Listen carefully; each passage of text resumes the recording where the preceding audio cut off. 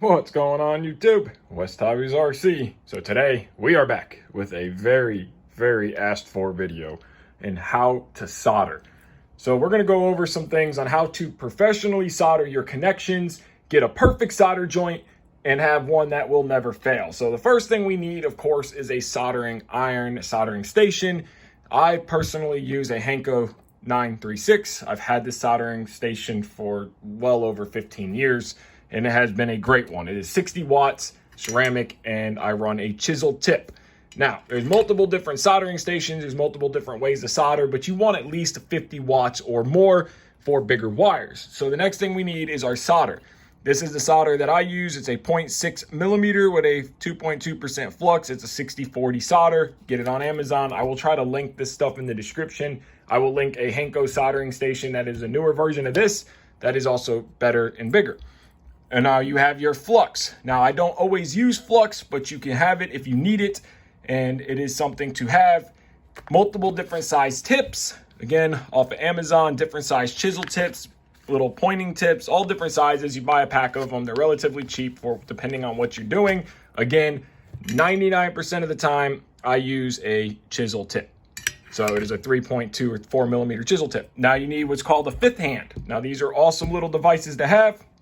They make different styles, ones with lots of fingers that come out, all different kinds. This is just the one that I have. It's old and it works great. And then you have also a solder sucker. Now you don't always need these, but these are nice to have when you're soldering boards on servos and stuff. You can suck the solder out. So it's also really good stuff to pick up a nice little collection for your soldering. If you're going to be in this hobby for a long time, you are going to need to solder. So now what we have is we are making up some charge leads. So we are using some 12 gauge silicone wire and we are running IC5s to RC Pro connectors. So this is going to be a lot of heat, and these are what a lot of people have problems soldering is bigger bullet connectors, 7, 8, 6 millimeters. They have failures, solder joints come undone. So we're going to go over all that. So let's go ahead and get started with our soldering. So hit that like button and hit that subscribe button. So now to go ahead and get started, we're going to grab our wire that we want to solder. We're going to grab our little wire cutters and we're going to strip back just about a 1/4 inch or so of wire. So now we have our bare wire here. We are stripped back. So now we're going to take our fifth hand here, our little holder, and we're just going to hold the wire into the holder. So now our wire is held there. We're going to take our soldering iron and now go ahead and clean the tip with a little sponge and some water. So now our tip is clean. We're going to take our solder here. We're going to hold it on our soldering iron onto the tip of the wire. We're going to add a little bit of solder, let it heat up, let it flow, and then add a little more. And what we're watching for is we're watching for the solder to become shiny and flow through the wire. So now I'm going from the bottom and I'm feeding the solder on the wire, but not touching the actual tip of the iron. That's because the wire has good heat and it has completely transferred all the way around. So now we're cleaning our tip again. So our tip is ready for use. Now this wire is pre-tinned. So now we have solder all the way around the wire. The wire is pre-tinned. So go ahead and pre-tin your other wire. So now that we got our wires tinned up, both of them are tinned and ready to go, we're going to grab our connector. Now, if you are soldering a male connector, then you'll want to put the female into the male to stop it from melting the tips of the connection itself. But because these are female connectors, we have a lot of area here and it will not melt. So we're going to start with our negative cable here. And if you want to use flux, this would be the time to do it. So you would just take your plug and just scoop up a little flux onto both sides, just like this. Again, I normally don't use flux. So we'll start with the positive side now. So we're going to clip it into our third hand here. We're going to position this and get ready to solder. So now we're going to take our soldering iron again. We're going to take our solder and we're going to come in and we're going to preheat this cup here. So we're going to get this cup nice and hot. Let that solder start flowing.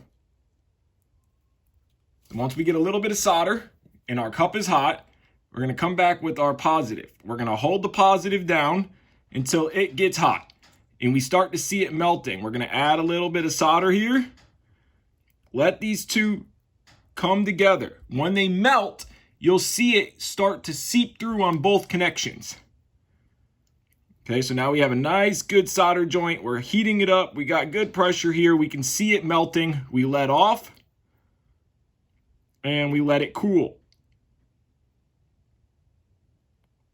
So now, once it cools, we can let off, and now we have a perfect solder joint that is not going to fail. That is a perfect solder joint. Now the connector is very hot, so be careful. We have good penetration all the way around. We know that our solder seeped, so we're gonna go ahead and do the exact same on the negative side here. And getting it hot, we're gonna feed a little bit of solder into the top here. Let that completely seep together. We're watching it, you can see it bubbling. And then we let off, we let it cool. That is gonna be a perfect solder joint that is not going to fail. Now it is very hot, so be careful so you don't burn yourself. And there you go. Now you have a perfectly soldered connector. It is perfectly soldered on both sides. Now you let that cool and you go ahead and you make up whatever other connection. So let's go ahead, let it cool, make up the other one that we have to make up, and then we'll start on the 7mm bullets. Our other one is done. And again, perfect solder joint all the way around. We know that the heat has transferred. We got both wires hot. You could watch the solder melt together. And if you don't know, on these connectors, XT60s, ICs, they all have a plus and a minus. So the plus side goes to your positive, of course, and the minus goes to your negative. So then you would go ahead and put your cap on, and it would look just like that. So now let's do the 7mm bullet connectors. So now we're moving on to the 7mm bullet connectors. And these are what I see a lot of people having problems with because it is a big connector. It takes a lot of heat, a lot of solder to get a proper solder joint.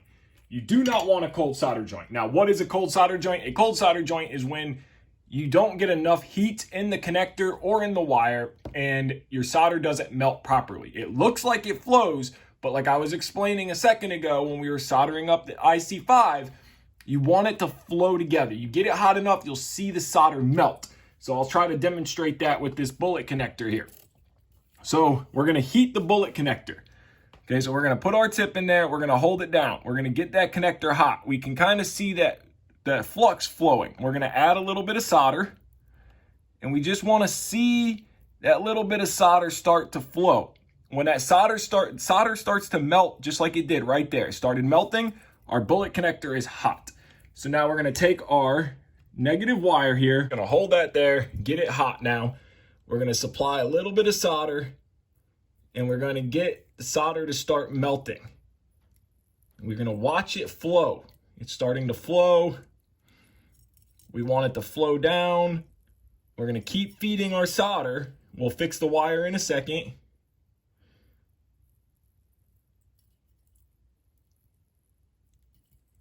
So now we can straighten our wire up here and keep adding solder until we fill our cup.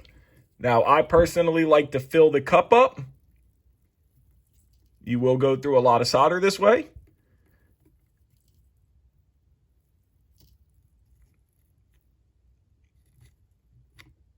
And then we want to hold that wire into position. It is very hot. Let it cool. And then now our 7mm bullet connector is fully soldered. We have a good solder joint. It is strong. Now, don't worry about always trying to make it look the prettiest, the shiniest. That doesn't matter. What we care about is a very strong bond. So now our solder joint is done. We're gonna go ahead and do the other ones. Now, when I'm talking about cleaning your tip, after you get done soldering, I just come to my sponge here and I get that tip wiped off. I don't want no excess solder buildup. Now my tip is clean and I am ready to solder again. So every time you solder a connection, go back and get your tip clean. Little bit of water on your sponge and keep going every time you solder up any connector. So when you're soldering, if your fifth hand has two clamps, hold the wire with one, the bullet connector with the other one. Then you can get your connector hot and start feeding your solder in. Just another way to hold it so that way you don't burn yourself. Let it sit, watch that solder flow. We don't have it hot enough yet. We're gonna feed a little bit more and we're watching the solder flow. Once we get it hot enough, that solder will seep. It'll soak all the way down. That's how you know we got a hot connection and not a cold joint. So a lot of times people will go ahead, they see this little pool, they stop. They think it's soldered. That's a cold solder joint. We want this to be hot. We want to get this connection as hot as we can, and we want that solder, because if you just fill the top of this cup up like I'm about to do right now, okay, I'm going to make a cold joint. See how it just sunk? That is getting hot. Our solder is flowing. It's going to sink down. We're going to keep going with our cup, keep adding the solder, keep flowing the solder. We want to fill this cup up. We want it to get hot. There we go. It all sunk together. Our solder joint went nice. It looks good. The cup is filled. It got hot. We let it cool. Now we have a solder joint. Again, clean our tip. Now we have a solder joint that will not come apart. No matter how many amps you pull, 300 amps plus, it gets hot. That joint is not failing. So now we are all done with our connectors. So we made our charge leads going from IC5 to RC Pro S7s. So now this will plug into the charger, plug in to charge the battery. But let's say, for example, you want to just connect two wires together. Now, of course, the same technique on soldering works for everything, no matter what you're doing, big, small, heavy gauge, small gauge. The only difference it would be the amount of heat that you use. So if you're using a small gauge style wire like servo wire or just little 22 gauge, 20 gauge, anything like that, you are going to use less heat. So now what we're going to do is we're going to connect these two wires together. So we already have these tinned, okay?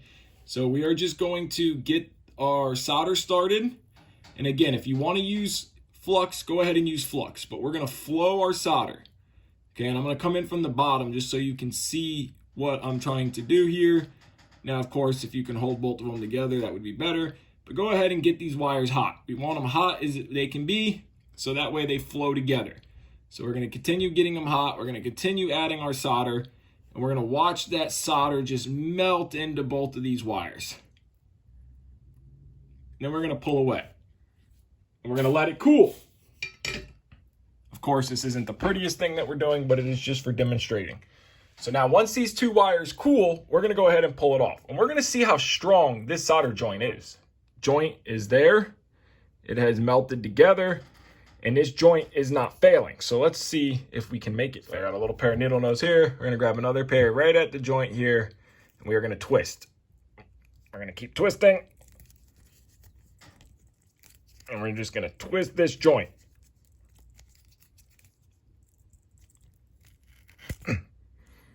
So we pulled all the sheeting off of the wire, but the solder joint still did not fail. We're going to go ahead and grab it again. And we'll try working the joint back and forth. So let's grab it at the joint,